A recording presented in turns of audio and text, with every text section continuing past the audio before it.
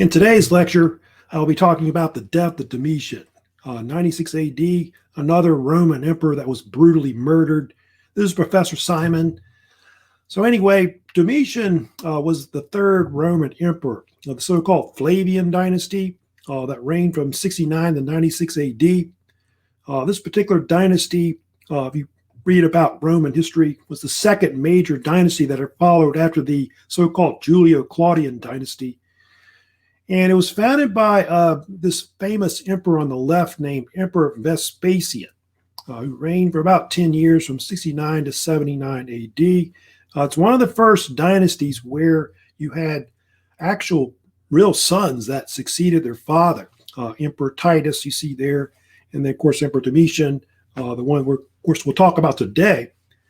At the time of course, this particular dynasty that controlled the Roman Empire was quite vast. You can see from this map here that extended pretty much from Spain all the way into Turkey. And you can see under this period they're even expanding, of course, up into Britain, and control a good bit of North Africa as well. So that's the time period we're kind of talking about right here.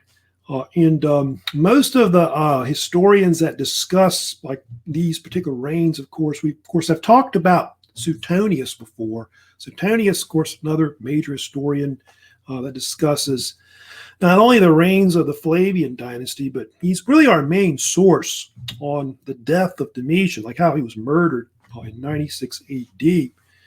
Also, Cassius Dio is another source as well, which discusses also the death of Domitian as well. There's also these other historians here you may have heard of that we talked about before, like Emperor Tacitus. Tacitus is a big historian, of course, I've told you about before, one of the greatest in Roman history. He's got several works that really cover this period, like the histories of Rome, of course, which covers a lot into the period of Domitian's reign.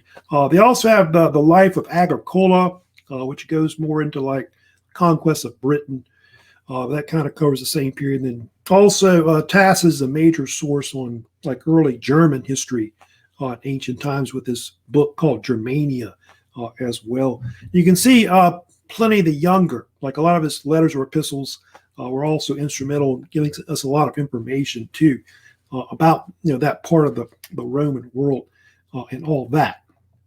But why was Domitian killed? That's of course been a lot of speculation about why this occurred. And if you know about Domitian, he of course, besides being the longest reigning ruler of the Flavian dynasty, he was known for being very tyrannical.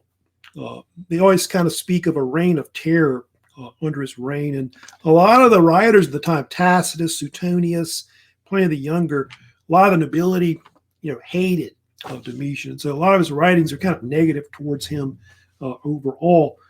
But they believe a lot of the reason why he was killed was the fact that, there was this uneasy relationship that was starting to occur between the Roman emperors and the Senate. You start to see more rulers like the Roman emperors being more despotic and all that. That's something you see eventually with, I guess, why they killed Domitian. And so they do think there was some kind of palace conspiracy of some type that may have involved like the Roman Senate. They think it may have involved members of possibly the military.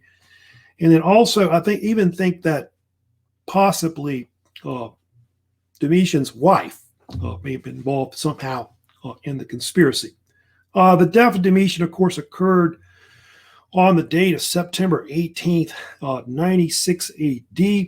It involved actually a bunch of his servants. They were the ones that actually would kill Domitian. About maybe 3 or 4 were actually involved.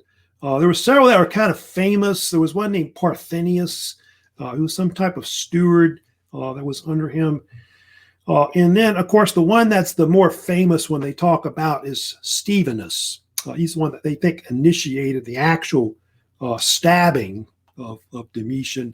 And apparently Domitian was very paranoid about being assassinated, like he was going to be killed. I think he even had dreams about someone trying to kill him.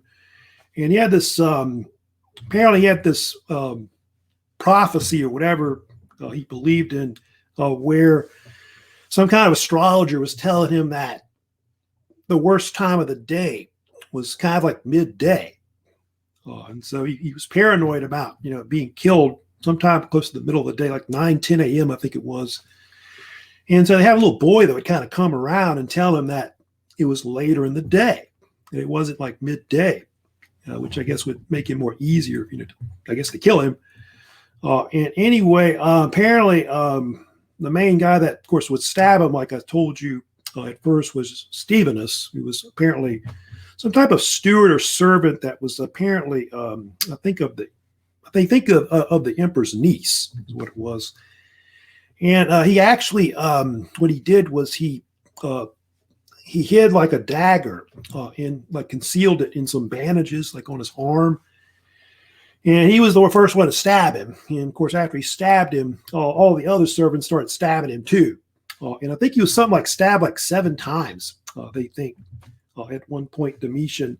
He didn't die, if you know about this. And Stephanus and him actually struggled like on the floor. And Domitian actually stabbed him and killed him. Eventually, he died. But Domitian eventually died of his wounds. He basically bled to death is what occurred. Well, apparently what happened was they think there was some kind of conspiracy maybe involving his advisor. His advisor was this man named Nerva. They call his full name is Marcus Cosius Nerva, who was actually a close friend of Domitian. They basically appointed him as the Roman emperor afterwards. I think there was kind of a fear that if basically they didn't put somebody in, there would be like a civil war breakout like in 68 AD after Nero killed himself. And so he was put into power. However, if you know about Nerva, a lot of the military was not happy about Nerva being appointed. And so if you know what happened later, he later adopted one of their Roman generals, which was Marcus Trajan, as you know, who I think became emperor right after in 98 AD. And that began the so-called period of the so-called 5 good emperors.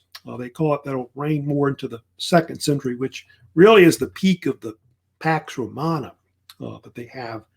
So they really think the death of Emperor Domitian was kind of like a palace coup or palace conspiracy involving a lot of officials that were under his government.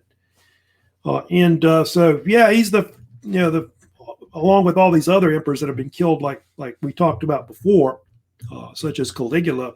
A lot of these other emperors, of course, will have the same fate, I guess, if they don't see eye to eye with the public. So anyway, I'll be talking, of course, about later. I'll get into another emperor that was also murdered badly too as well, which was Emperor Commodus. Another emperor, of course, is murdered in the year 192 AD. Of course, you may have seen that movie Gladiator, hopefully. I think in that movie, he's actually killed in the Colosseum, but I don't know if you know it, he was actually strangled. So I'll get more into that later about, the death of Commodus.